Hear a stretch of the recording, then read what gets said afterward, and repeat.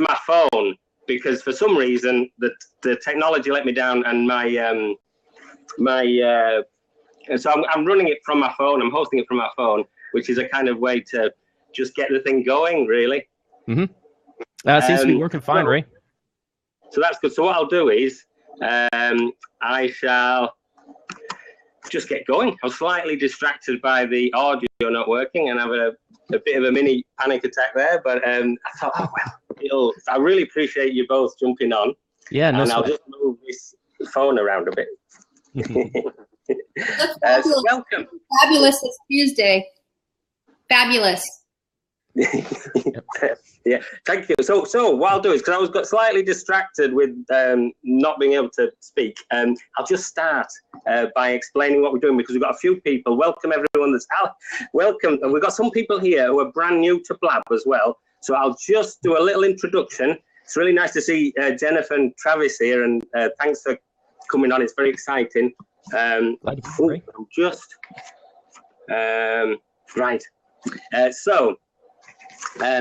Just to explain who I am, I'm Ray Middleton, and I'm Dialogical Ray on Twitter.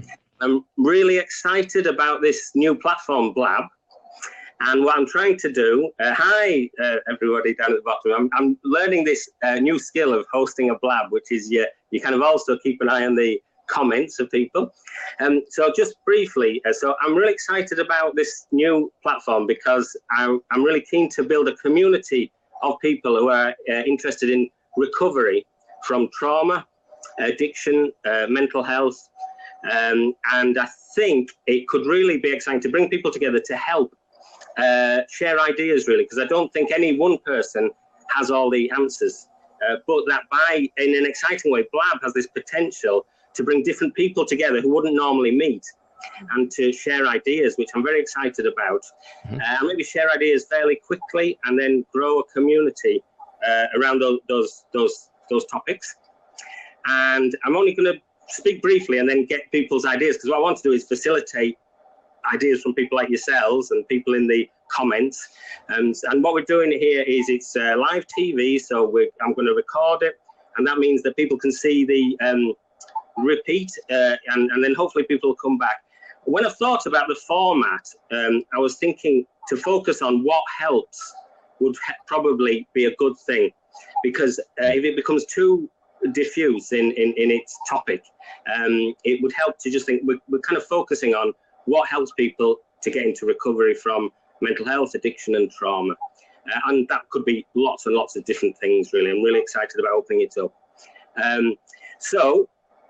If you want to let people know, and I'm explaining this because some people are brand new to Blab, is you can click on if you're watching this on a phone, you can click on the little bird and it will go into your Twitter feed to tell people that there's a discussion happening at the moment, and it'll let people know about it. And if you're on a PC, you can click on tell a little bird and it goes up into your Twitter feed as well. And if you did that, it helps to kind of let people know. Does that make sense? Mm-hmm. And then just briefly about Blab for those that are new to it, because I'm pretty new myself and kind of getting into this was quite anxiety provoking, but I thought, I'm so excited about it, let's have a go and get people together. So the things you can interact with is it's live TV, so I appreciate not everybody might want to come on air, but you can comment in the bottom, and a bit like Twitter, you can write comments. If you want to, hi Yvonne, I'm trying to see what's if you want to ask a question, you can do /Q and a space, and then you can write your question, and it helps the host or other people who are on the screens to actually notice, because sometimes there's quite a few, so you can comment. And the other exciting thing is people can connect with each other, and in the dialogue, people can follow each other, you can click on people and follow them, and so it could actually just generate lots of exciting connections between people. The other thing you can do is if you're on a phone, you can tap the screen if you like what someone's saying. So, I'm sort of trying to tap Jennifer there, or to tap Travis. Does that make sense? Yeah. And that kind of gives people these what are called props. And I'll try to keep this brief, but I'm trying to explain to people. So you've got your ways to interact, which is the exciting thing, is either ask, if you want to come on, you can kind of ask to join a seat. And if there's a few people want to come on, what I'll try to do is rotate people around, because I'm keen on generating as many different kind of points of view as possible. So is that? I don't want to take too much time explaining Blab, but I think it's helpful just to. I've also realised I shouldn't have put my washing machine on just before the Blab, so you might hear the washing machine, but it's about to finish. the perils of live TV, hey? So, and the other thing I thought, when I've had a little think and reflected on what would be most helpful to the group of people out there who are interested and excited about recovery. I mean, I'm going through recovery myself, so I experienced childhood sexual abuse, which is very common as a traumatic experience. Then I ended up in addiction and mental health services, and then I got into recovery about 16 years ago, and then I kind of work in, with multiple complex needs now. But this is a personal Blab I'm doing because I'm excited about sort of recovery and very hopeful about it. So that's just briefly a bit about me. So what I thought was, thank you, Busy Fizzies. They give me a bit of encouragement about the introduction.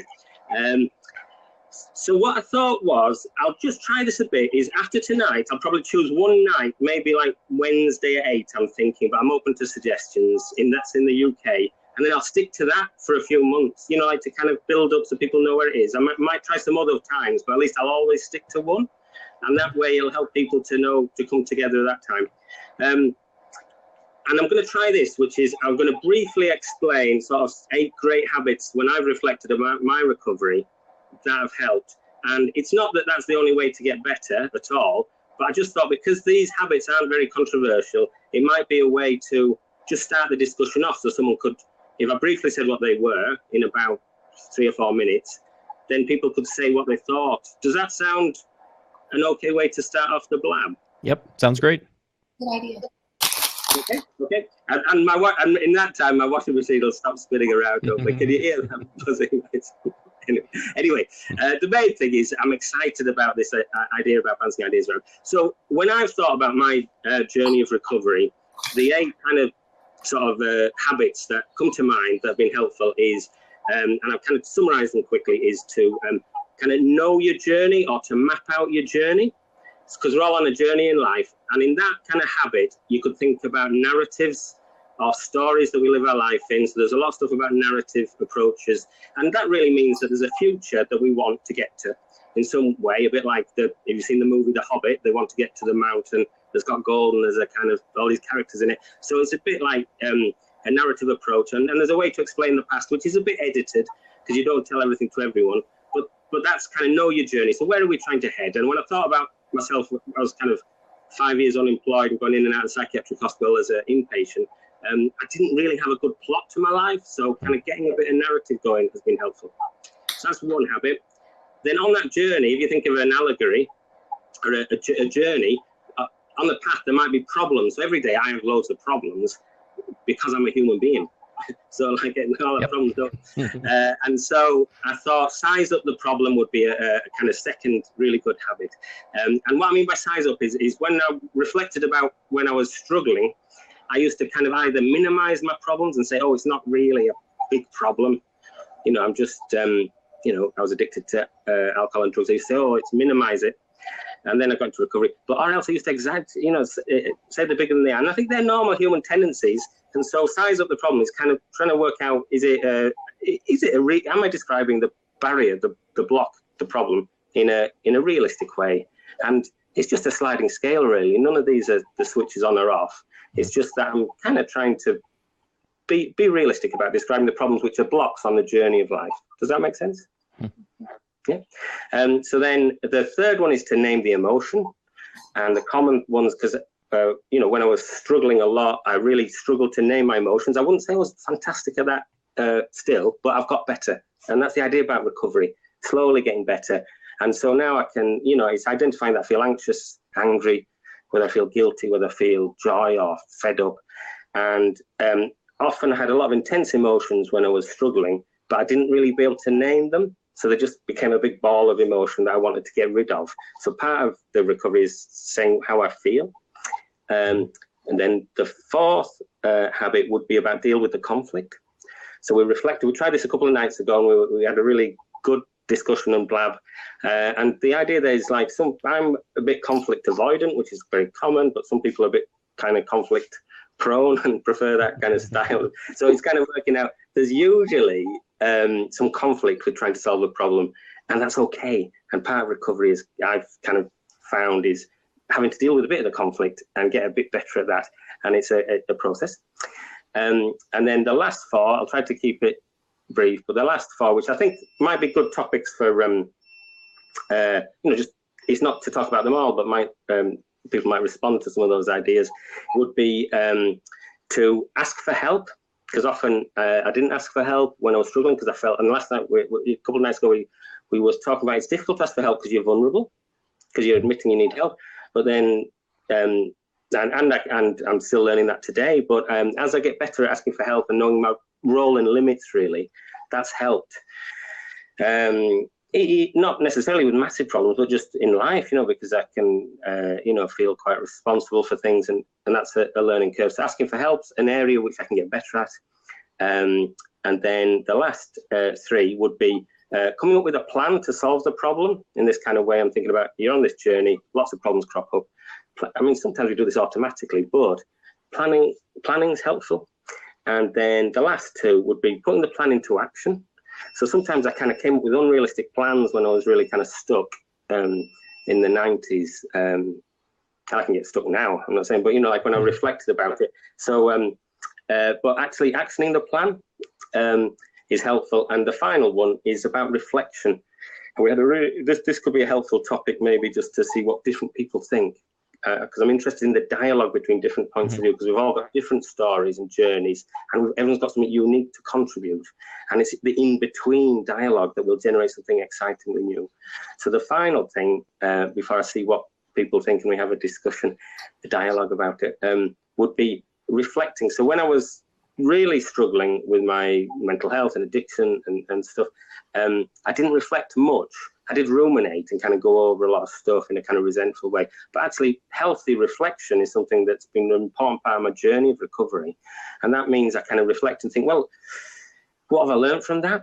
What needs to change? Do I need to change, or does something else need to change out there about the plan? Is this problem solved or not? And I think that opening up the space from virtually nothing to more and more space to reflect has allowed me to grow and learn and develop and enjoy life now. So I'd say I have a good life now. That's why I'm really enthusiastic about talking about that recovery is possible. I just think there's lots of different paths to recovery.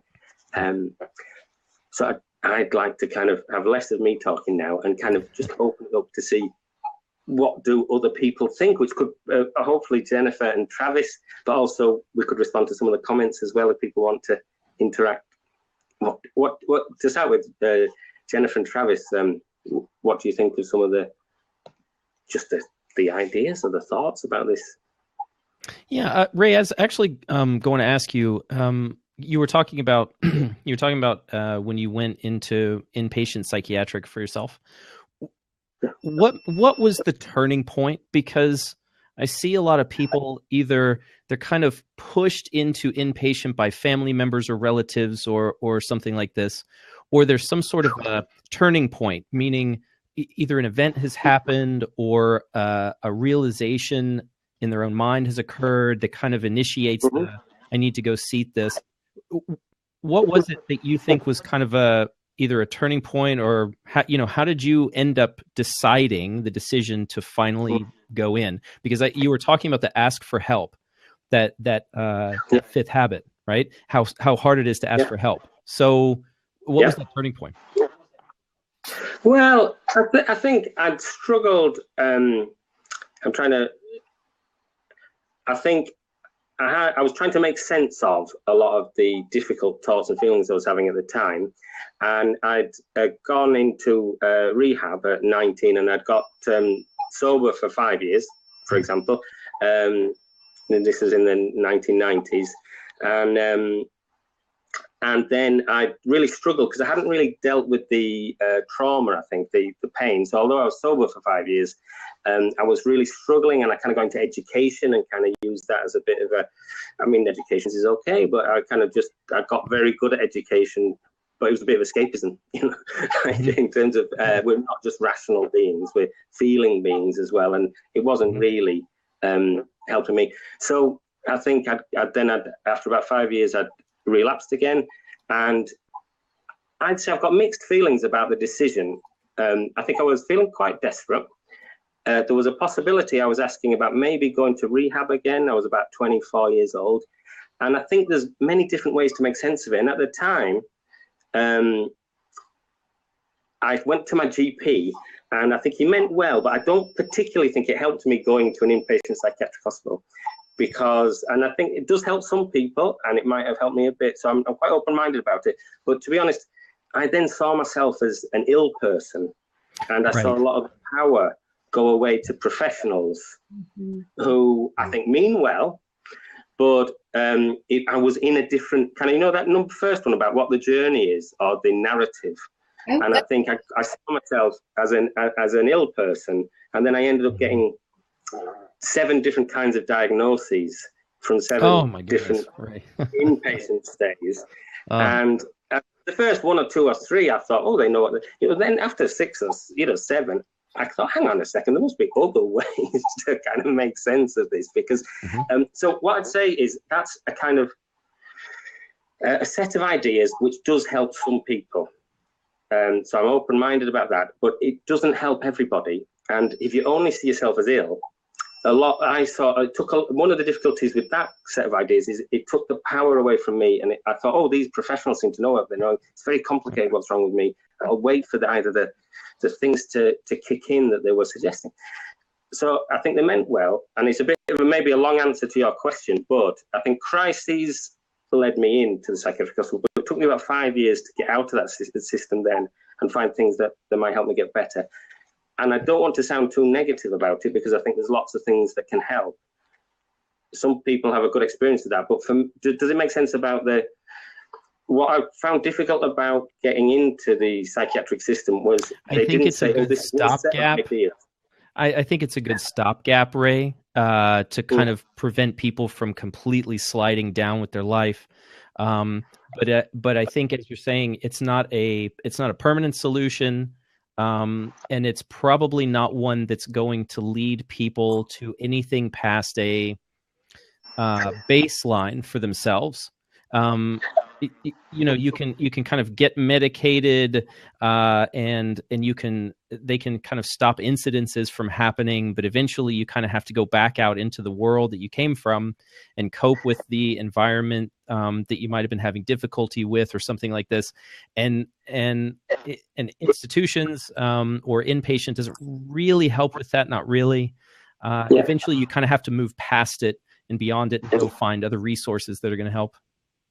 And I think there's a place. Sorry, Jennifer, go on. I'd like to make some comments, because I want to piggyback on some of the things you said, Ray, because I had very similar experiences that you have. I have a complex trauma history. I have complex post-traumatic stress disorder. I'm actually in recovery right now, but I have a very extensive trauma history of sexual abuse, incest, near death as a child. And, I became I decompensated. I experienced psychosis. It tore my whole world upside down. And I was in deep crisis. Like my whole world turned upside down. I had to find a trauma therapist. I didn't even know what, PTSD was. I was just I needed that. I needed that anchor. I needed that trauma therapist to provide holding for me, because I didn't have a child. And I made the assumption, which I think a lot of people do, that experience trauma, have trauma histories, or are dealing with crisis, addiction issues, that somehow there's someone there to save us, that there's someone that's going to rescue us and fix us and make it okay. And that there's some point we need to own our own journeys. And I just found that I stopped trauma therapy a few months ago, and I realized that really it's about me. And I'm just so excited about you creating this forum, because I think we can learn so much for each other. And I just think in terms of things that Dr. Bruce Perry has talked about, is we really lack love and empathy in our society. There aren't healing communities. There aren't places where people can go to get the kind of nurturance and love that they have. I could walk down my street right now and nobody knows what complex post-traumatic stress disorder is. They don't know what it's like to be a trauma survivor. I live in a very kind of semi-affluent area. And so I'm this white woman. I have to feel like when I go downtown, I have to plaster this smile on my face. And they don't see my pain. They don't understand it. And I think it's so critical for people to have formats like this. That's where I found my sense of community. That's where I've been finding my tribe. People that I could be in tears right now. It's just like feel so empowering to connect with other people that have been through some of the experiences I have been. And again, I thank you so much for creating this forum, because I think it's so very critically needed right now. Can I just respond to that? I really appreciate what you're saying, Jennifer. And here's Steve coming in. Hi, Jennifer. Hi, Steve. So just to respond, Jennifer, to what you were saying, I really appreciate what you're saying. And I do think maybe the idea of journey, that we can be all on a journey, is a kind of way that's very open to lots of different sets of ideas. Because there are these relatively stable sets of ideas which could be to do with health and to do with nurturing and empathy. And actually, they could all be kind of around saying, well, we're really interested in each other's journey and what helps that journey along. And we could learn from each other in forums like this by people being able to share and be open-minded about the fact that what helps one person might not help someone else, but by exchanging the ideas, and that maybe encourages hope for the future for people. And particularly some people might tune in who might not come on, but they may watch, who just something to come up here. Who may watch, but may be encouraged by the conversation, but may not yet be in recovery from, say, the addiction part of things. And that's okay, because eventually you can get on the journey where you can. Right. I think it's important to acknowledge that we're all in different stages, and it's okay. You don't have to be. I have some difficulty with this whole idea. Well, from like a trauma survivor perspective, it's often like we have these survivors and we have these thrivers, and it's like I think there's like this inherent pressure to be like, okay, well, I'm more healed. It's like we're all in this journey together, and we all have to do it what feels honoring to us and at our own pace. And there really should be no judgment about other people. I haven't had addiction issues myself, but I mean, I understand that many people do, and it doesn't help to try to, place judgment on other people where they are, because we're all like struggling together on this journey. It's like, and the other thing is that pain is pain and suffering is suffering. We all have our own stories, but it's, we all have this universal connection in some sense that I think we need to honor each other's journeys, whatever our journeys are.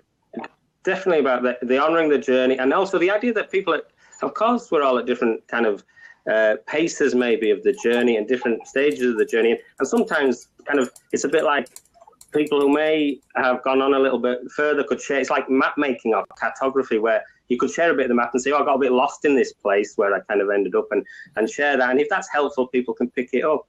I wanted to also welcome Steve to the room, was covered. So hi, Steve. Hey. Yeah, I just wanted to say real quick, I wanted to hop on and say first, Ray, I already talked to you about it before, but this is like everybody else is saying, it's an awesome platform because everybody is in a different stage. They're always like perpetually trying to figure things out in their own way. And the thing that helped me the most is situations like this. The last time that I was in the hospital, I was in a completely different facility that it helped me more than, the 20 or so that I was previously. So you got to find that support that works for you. And the key is not giving up. That's with me anyway. The key not is giving up. not giving up is huge, because you can find stuff like this. You can find, people around you that support you, and it doesn't have to be in a hospital situation. So I wanted to pop on real quick and say that the tools, that's what one of the psychiatrists that I had talked to, and it really like resonated with me, was tools. That's what you have. And everybody, it comes in, different shapes and different forms. But to have that and to realize that there's stuff like this that you don't have to pay anything for. You know what I'm saying? It's free. Yeah. And shared experience. Yeah. So I just want to say that real quick. I just want to pop on. So just before you hop off, Steve, I really appreciate you hopping on and sharing that.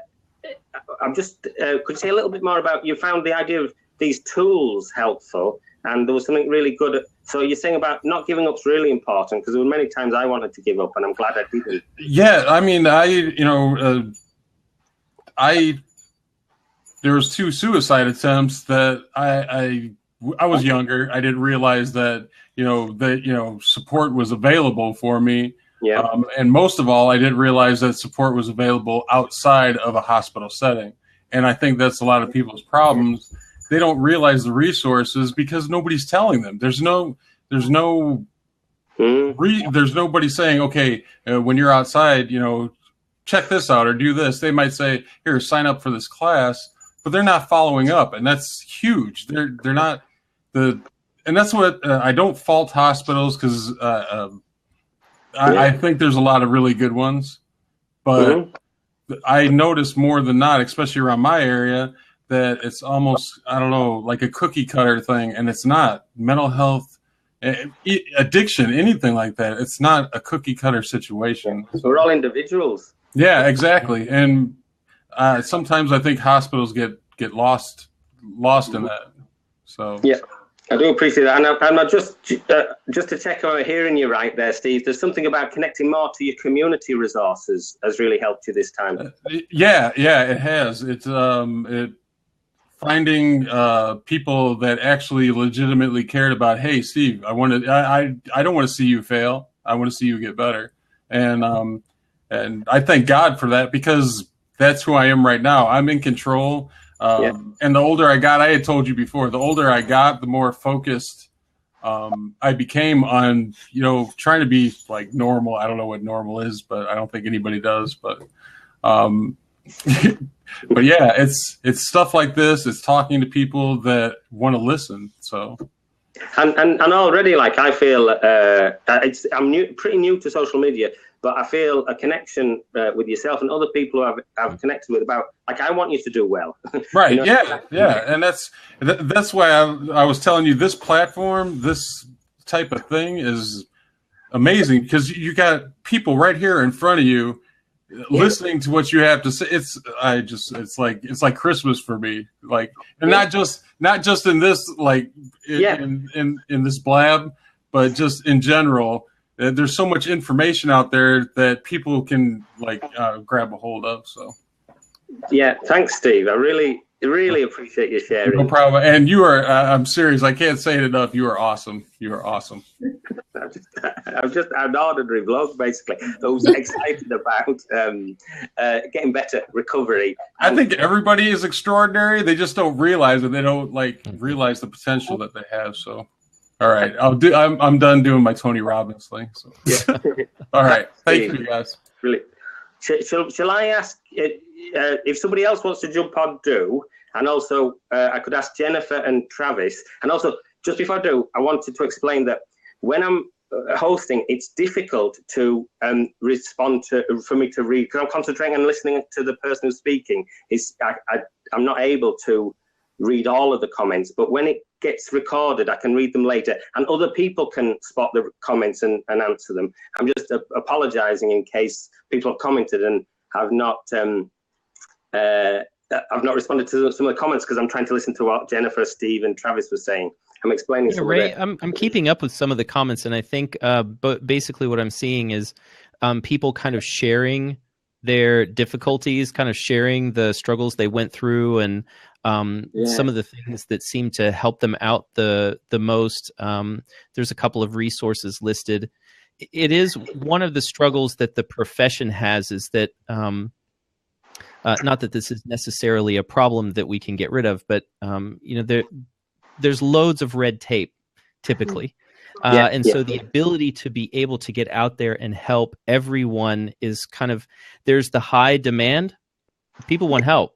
Yep. And then there's the limits of what we're able to do. And I know that that's one of the reasons why I joined Blab. And I think, Ray, it's one of the reasons why you got on. Jennifer, it seems like the same for you, that the more we're able to connect and the more resources that we can get, then you can kind of reach the people who feel like they don't have any access to a person or a place or other resources that they can go get help from. So I think this is fantastic. Thanks, Travis. And I do think it's got the potential. And just to explain to people, say if you've got a resource that you found helpful, either a book or a thing, it is possible, and it takes a couple of blabs to get into the swing of how it works, but it's possible to put it into the comment box and say, oh, I found this book helpful. it's not that we're endorsing any book or any kind of self-help thing. It's just, why not share some ideas around it? And if people like it. So it is possible to put things in the comments, and then other people can see that. And it could be a community resource. It could be a website. And people can check out and make their own decisions about whether that's helpful or not. But it's a way, responding to what Travis was saying there, about us excitedly being able to see that we're kind of assets, aren't we? We've got experiences, all of us, and we can share some of those experiences, and we can actually filter out some of the stuff that wasn't that helpful and just kind of have more quality kind of value shared with each other to say, this stuff was helpful, this wasn't. And that way it could speed up people getting into encouragement. I was seeing there that I wanted to respond to one or two of the comments. Is that okay? If so, Alison, I think Ali 375 was saying she was totally disconnected. She was homeless and in a state best described as a dead woman walking. And so obviously you've found things, Alison, and I do know Alison outside of this blab, so I was encouraging her to come on tonight. It's great to see you. But you found things that helped you get better. And that's great. You know, I'm kind of acknowledging that people have come with different kinds of experiences and are willing to kind of share them in the comments. If anybody else wants to join, also don't feel any pressure to join in, because it's not for everybody coming on to the thing, but you might come on in a couple of blabs time once you see how it works. But I'm saying, you know, I appreciate and value that people are willing to share in the comments as much as coming on and sharing here. I'm just wondering, Jennifer, have you any thoughts about what you've heard so far from what Steve said and some of the comments? I have a lot of thoughts. I just don't want to dominate the conversation. I kind of feel that I know we're like trying to build a community, and there's like a lot of people making comments, and I just feel like, you know, to me it makes sense to open up to questions, or I appreciate what Travis had done. He's kind of like looking to see what other people are saying too. So, I mean, you know, I could comment on anything. There's just, I think, I just feel like I pretty much feel resonance with you. I do believe that, you know, there's a lot of limitations in terms of what people talk about being hospitalized or working with mental health professionals. And I guess I just reiterate what I said before. I think it's important for us to own our own journeys. And I do also agree with what I think Travis mentioned, the fact that enough, like, you come out of place. Like, I came out of this place in crisis. I was dependent on my trauma therapist. Some people come out of hospital, come out of rehab, and then it's like, it's supposed to be like, well, I'll just talk about my own personal experience. As far as I feel like I changed internally, but like nothing changed. Like, I'm still feeling like I'm still like, I don't know how to explain it, but it's like the identity shift that you go through. Like, you're identified as being like a survivor, someone who's in recovery and stuff like that. And to try to reconnect with people is a real challenge. Trying to feel that sense of, I feel like, you know, there's been times where I just feel like a total freak. Like, it's like nobody understands my journey. And so I guess I just want to reiterate the importance of having a sense of community and connection with other people. And this is just a wonderful forum for people. Yeah, and that's what I'm hearing there, and I'm going to say hi to Julie now. But there's something about identity is very important in recovery from trauma and mental health, and for some people addiction. But that you're saying that identity is linked to community, and so you can not really have one without the other. Our identities are kind of what I think about when I hear what you said there, Jennifer. Was our identities are relational, and they're connected to other people in the community. And that's going to affect us, all those relationships with different people, whether they're helpful or unhelpful, are often a bit of a mixture, because we're all, you know, we're not perfect, are we? You know, like, but there's something about that relational stuff that helps with recovery. I wanted to introduce Julie and say hello, Julie. Hi, how are you? I'm good, thanks. Yeah, welcome. Good, thanks. I just wanted to see if you had mentioned the 8 great habits, and I wanted to make sure that over time you were going to go through all of those and tell us how you would actually like map the journey and things like that. Is that something that you're going to do in the future? Well, that's a possibility. So I could. So for example, for those 8 great habits, I could expand on them a bit, but then so I could explain them, and I could explain them somewhere else a bit more. But I don't want to kind of dominate the conversation really, because what I'm interested in is other people's ideas, because I don't think I've got all the answers, but I do think I've got some of the answers, because of my journey. But other people are on different journeys, people have different experiences. So what I was thinking was, I'm kind of on a learning curve here about Blab and stuff, and how to get your audio to work and all sorts of stuff. So what I was thinking was, if people are interested, I could at some point spend 5 minutes talking about one of them, maybe next week. But then I don't want to spend 20 minutes talking about them, because I kind of want them to be a bit of an opening a door to say, well, what do other people think about going on a journey? Is that a helpful metaphor? What do other people think about naming their emotions? And that in itself could be, so each one could be a topic, maybe, if people want to. I want to leave it a little bit open to the kind of, what's the word, organically kind of growing into a kind of blab that's helpful to people and brings them together, rather than just Ray kind of talk about what he thinks, because probably some of that's helpful, but I don't want to dominate. Does that answer your question, Julie? Yeah, absolutely. I mean, it's nice to hear what everybody's point of view is and what worked for them. And, I think personally, peer support is one of the best things that it's helped me tremendously. So whatever anybody can tell me about is going to be helpful. So again, I'm like everybody else, and I'm so happy that you're here and that you've started this. And I look forward to, being a part of it and learning and growing with everybody here. So thank you to everyone. Yes. That's wonderful. So thank you. Really exciting. Would you mind just saying a little bit more about how you found peer support helpful, just so other people can hear? Sure. Yeah. I'm in Houston, Texas, and I am a peer support for a major mental health insurance company. I'm in recovery myself. I've been sober from drugs and alcohol for over 6 years now. So one of the things, One of the things in Houston, though, is when I meet people, and I work with Medicaid members, so a lot of them are homeless. So I build rapport with them, and we get to know each other. And one of the things that they need most from me, though, is housing resources. So that's so that's something that I really focus on.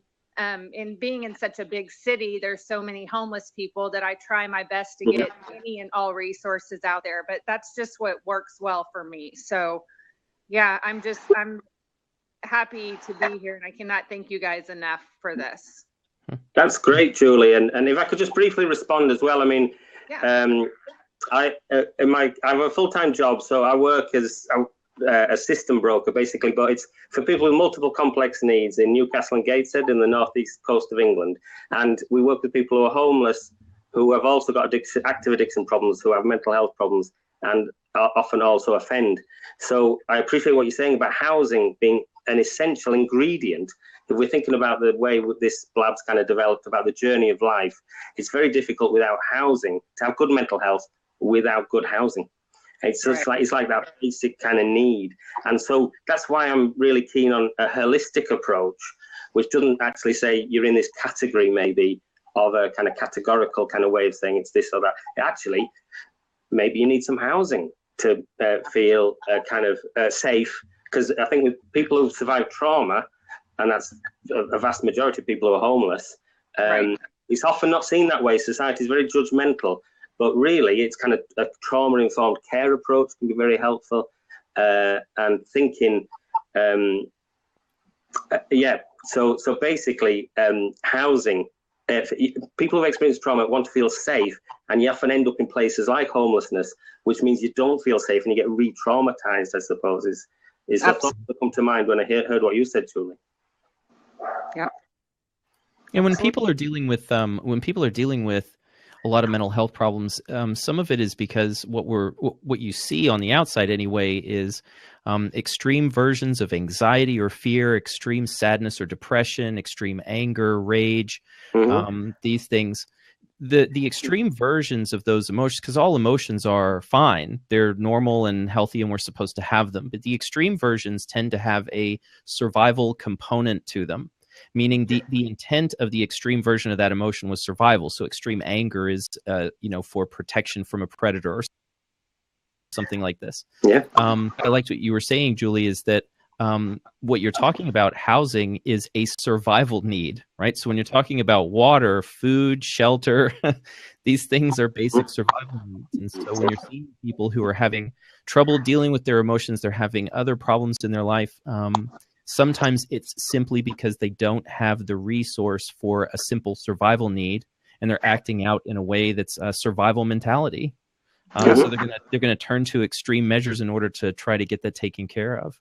Absolutely.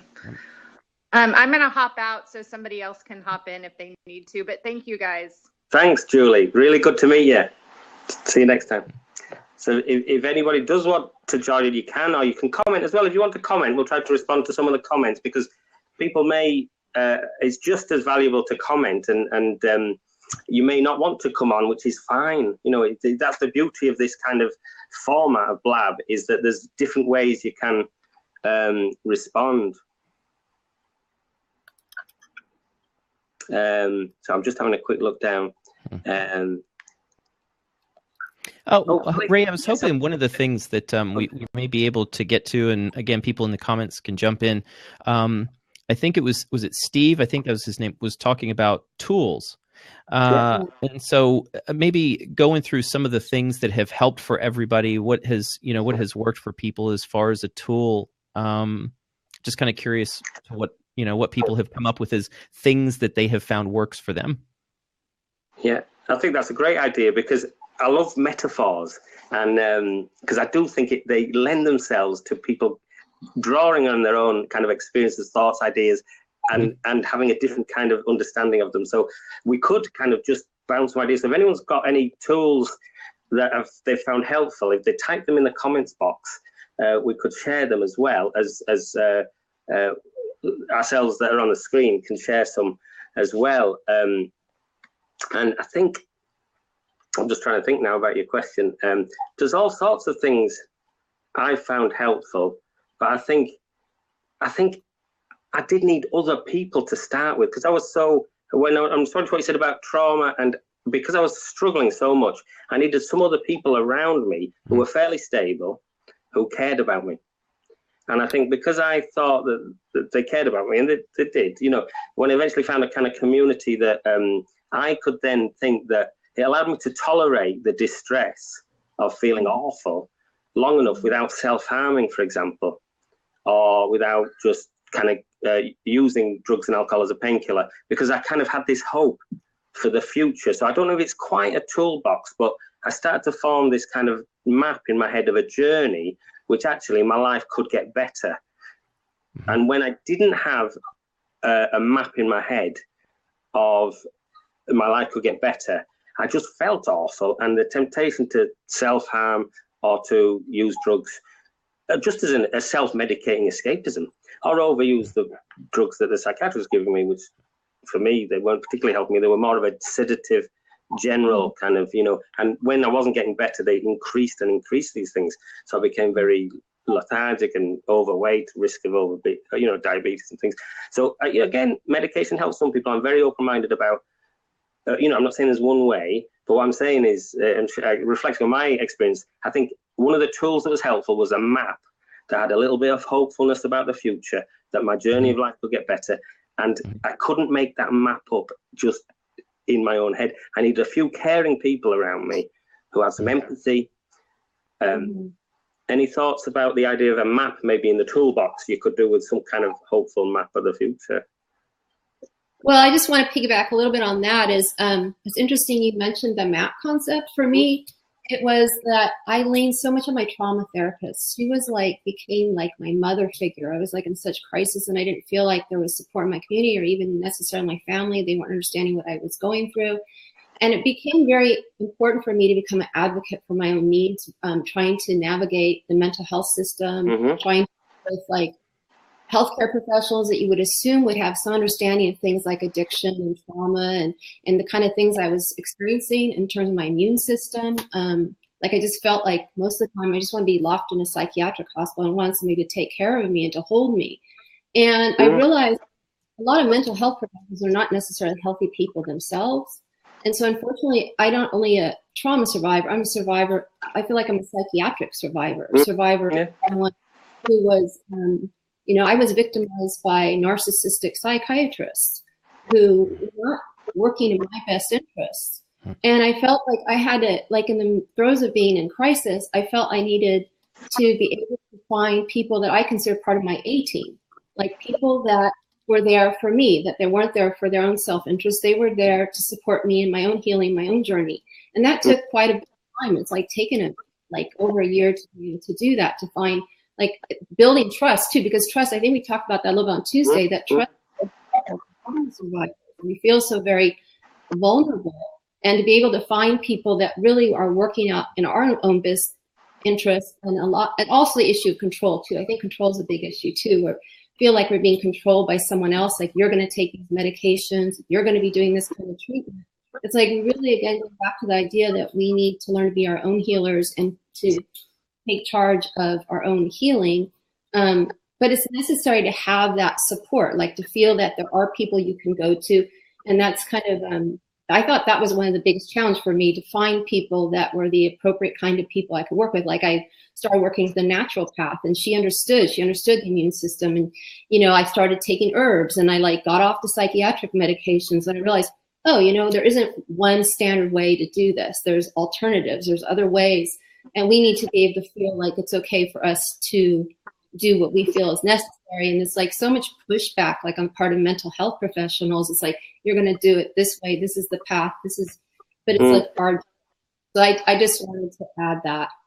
I thought that your I really appreciate that. And I think one of the things this blab could do is open up that space really wide where people can share all sorts of different experiences, including people who feel they've been traumatized by the psychiatric system, but also people who felt it's been helpful to them. I think on that journey, what I'm hearing is on that journey, we need to get people around us who can help us on that journey. Right. I mean, it's not a doomsday scenario. I'm sorry if I'm coming across too negative. It's just like, I feel like I need to get the word out there that, it's really important to own our own journeys. And it's like, not really, it's not the journey of the psychiatrist or the therapist. It belongs to us. Absolutely. If I could just respond, Jennifer, I don't think you're coming across too negative at all, because it's your valuable journey and experience. So that's your experience, isn't it? I mean, for me, to be honest, the psychiatric system didn't help me. It kind of caught me up. I don't think it meant badly, but it caught me up in kind of thinking that I had these 7 different categorical diagnostic kind of approach, when actually I was really hurt by being traumatized as a child. And I needed to work out a kind of narrative that made sense of that, rather than saying, oh, Ray, you've got, various kinds of mental illnesses. Now, for some people, it does help to think, well, I've got this thing and this helps. And sometimes medication helps people. And so I do think that there's many different journeys, but there's also needs to be space to say, well, the psychiatric system varies. Steve was saying that the last institution he was in was very helpful and the other ones weren't. So they vary in quality. I've met a couple of really sound psychiatrists, and I've also met some that, didn't care. So, it varies. So I think that capacity to care spoke to me when I kind of got that authentic kind of sense from someone, if they were a professional. I think actually this person does care about me. And also humility to say, which I think was lacking a bit, is to say, maybe I don't have all the answers. Maybe we can offer this, but actually, maybe some of the answers are in the community and outside of what we can offer. I think you just nailed it, Ray. Yeah. Usually, the idea of a path being laid out by the professional in the beginning it can become the primary, and then that becomes not helpful. I think initially it's done because it's a way to be able to give people hope as they're first coming in. If they don't have that map yet, if they don't have their journey laid out, they need to know that there's something that they can do in order to be able to get help or to help themselves. And then over time, what happens is that as that person becomes more empowered, if the therapy is good, as that person becomes more empowered, they start to take the self-control of that map and that path and laying it out themselves. And they start taking initiative for help themselves. So I'll see patients start doing things like they start exercising more on their own, or they start reading their own books that they're selecting on their own. They start kind of finding their own. And that's exactly what you want, is that level of independence. I've had to tell people repeatedly that I have the worst business model in the world. My business model is to get you to not need me. That's the plan. I don't want you to come in anymore. That's the goal. And so I think if you can kind of see it as that arc of getting better, and that arc of healing, I think it starts out with good intentions of here's the plan. And I think Jennifer, what you've experienced, I think some of it is those professionals who feel like they can't deviate off of that path. For whatever reason, maybe because the director of the clinic is telling them that's what they're supposed to do, or because there's some sort of red tape involved or something. But I agree with you. I think in the end that it doesn't help, because the idea of that initial map is merely supposed to be a guideline, not a directive. Yeah, it's hard to hear some of these stories. Could I just respond to that? As I noticed my battery was also threatening to cut out, but I've plugged it into some editing now, so hopefully it won't. The technical side of things. I think that's really helpful to share, Travis, because it makes me think, when I hear what you're saying, it makes me think that people can offer maybe a hopefulness, which might be a journey or might be a map of some kind, but actually it's to do that with a kind of a light touch, where you kind of tentatively saying, well, here's a journey you could go on, it's hopeful, things could get better, but you may take various different routes. It's a bit that idea of, I don't know if you've seen the film The Hobbit comes to mind, where like he's a dwarf heading off with he's a hobbit, isn't he? He's a hobbit, but like he's got a bunch of friends and they're wanting to go. It doesn't have to be that narrative, but what I'm hearing is one of the tools, maybe you lend someone a tool which might be a map, but you can do it in a tentative way where that person then can adapt that themselves and then be empowered. So there's a way to do it in a respectful and caring way, which isn't controlling. But on the other hand, you may need to lend something to start with as a bit of a go-ahead plot of things to get better and hopefulness. Yeah, you want people to be their own little scientists, right? With their own little A/B testing. You kind of want to say, here, try this. Does that work? No, that didn't work. Okay, that gives me a little more information about you. Now let's move over here and we'll try this. Oh, that does work. Great. Okay, that's even more information. And you build that over time. Yeah, that's helpful. I was just going to check the comments as well, trying to kind of do this learning how to be a blab host as we go along. I mean, personally, I just wanted to reflect that I've been really encouraged by tonight. It's very exciting that people have come on. If any, I'm not quite sure what time it is even, because I had to switch the things, but at some point we might have to draw it to a close, because I was wanting to kind of keep things fairly, I thought if it was fairly boundaried and kept them to about an hour, I was thinking that might help us, because they could kind of go on kind of a long time. Does that sound like reasonable? That's reasonable, Ray. Yeah. If we're going to wrap up, keep me updated on when you're going to be doing this. Let me know over Twitter when you schedule some new blabs and things, and keep me updated. Yeah. I'd love to hop in sometimes. Yeah, definitely. And also, I wasn't just closing it immediately. I was just kind of, I'm admitting that I can't tell what time it is because of my technology. Okay. Well, I'm closing myself out. How about that? But Travis, I was really appreciated you coming on and sharing, because I think it's enriched the conversation with what's said. So what time is it? Is it? My time, it's 4 p.m. Central, so 5 New York time. All right. So and let's so spend one. So and in the northeast coast of England, it's about 10 o'clock at night. So, does it sound? Are people happy with? Because I'm learning on a learning curve myself, and I've realised I kind of live outside my comfort zone all the time in a good way. I kind of just think, oh, let's be brave and have a go at something and try it, you know. So I'm thinking, would it be okay to draw this to a close and kind of? I really wanted to thank Jennifer for coming on and everyone else that's come on. And everyone that's come and joined in here. Yeah. And does it sound okay? This is me not doing endings well. You have permission. Permission to draw this blab to a close, but thank everybody. Wow, brilliant. Because it's only like coming together and thank Travis and thank Jennifer and Steve and everyone else that came on earlier. And we can, what I was thinking was, although I might try the other one, I was thinking maybe Wednesdays at 8 o'clock in the UK, which would be an hour earlier than I started tonight. Would that be okay, do you think? What about you, Jennifer? Would I mean, I think you mentioned earlier trying to keep a consistent time, at least for the first month or two. I think that's probably a good idea. But then also you might want to change it up just to see what kind of response you get from people. And it's exactly. Because I'm a bit on a learning curve and it's community building, so I want to get a bit of feedback from people. So what I thought was I'll commit to a Wednesday night at 8 p.m. UK, which is, I think, 5 hours early in New York.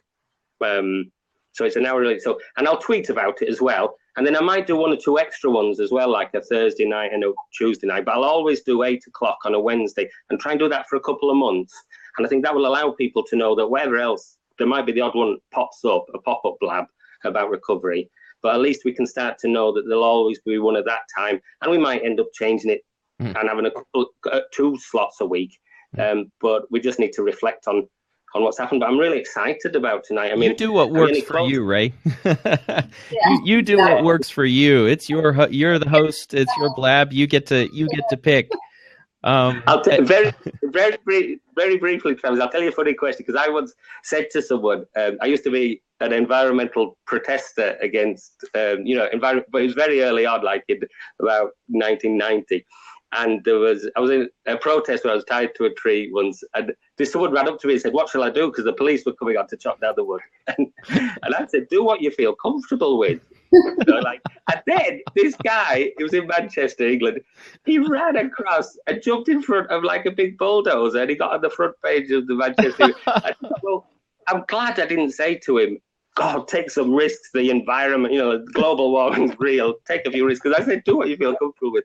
So maybe we should all do what we feel comfortable with, which might be to have a blab. Thank you, everyone. Have you any closing thoughts? And then we'll end it. And then if people want the link, if I remember to press record, which I think I did, I can send people the link if you want the record. And I'll communicate with people on Twitter. And if people follow each other in the stream, it'll build a community. So any closing thoughts, and then we'll end.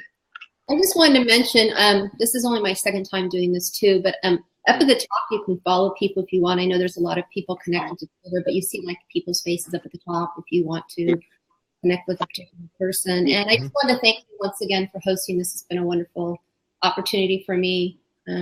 Great. Great. Thanks, Jennifer. Really appreciate it. And before on Twitter, I really appreciate all the communication over the last few months as well. So you've been really encouraging on Twitter. Any sort of takeaway comments from yourself, Travis? Just that I think that as you're moving through life, understand that, and I put this in the comments earlier, nobody gets out of life scot-free. So everybody that you meet has had some sort of history, some sort of problem, some sort of suffering. And the catch is you just may never know what it is. You don't get to know. But if you can understand that they have, then I think that allows for better human empathy and feeling that sense of connection with others when you start to feel disconnected. Yeah. Thanks, Travis. And everyone's got a story. And as I hear you saying, you might never know what the story is behind the way they're presenting themselves, but everyone's got a story. So let's value everyone's journey and everyone's story. And thank you, everyone. And I'll follow everybody. And so apart from other ones might pop up, but what I'm committing to is Wednesday nights at 8 in the UK. and I'll tweet out the whatever it means in New York and elsewhere. It's so exciting, international blab. So thank you, everybody, and I'm going to say goodbye. Thanks, Nice Ray. night. Take care. I'll work out how to turn it off now. See you. Bye. How do you stop the thing? Leave.